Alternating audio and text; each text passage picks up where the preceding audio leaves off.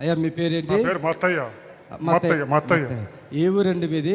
పల్నాడు జిల్లా అచ్చిమేడ మండలం గ్రంథశేరి. ఏం తగ్గింది మీకు? నాకు ఇది అరిగిపోయింది మోసప్ప. మోసప్ప అరిగిపోయింది. కాటూరు వెళ్తే ఇది అరిగిపోయిందయ్యా. మామూలుగా బెల్ట్ ఇచ్చి వేసుకో బెల్ట్ అన్నారు. బెల్ట్ కూడా వేసుకోవాలా. పోయిన నెలలో వచ్చా నేను. ఏం పని చేస్తారు? వ్యవసాయం.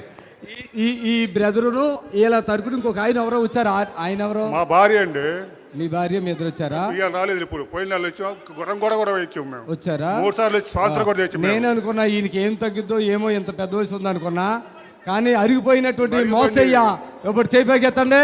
చప్పలు కొట్టండి గట్టిగా, చప్పలు కొట్టండి గట్టిగా. అరిగిపోయింది, పని చేయలేమన్నారు. అయినా కూడా మొన్న పోయిన నెల వచ్చా. నేను చూసా. 6,000 కట్టాను మేము. 6,000 కట్టే పోయిన నెలలో. రైట్.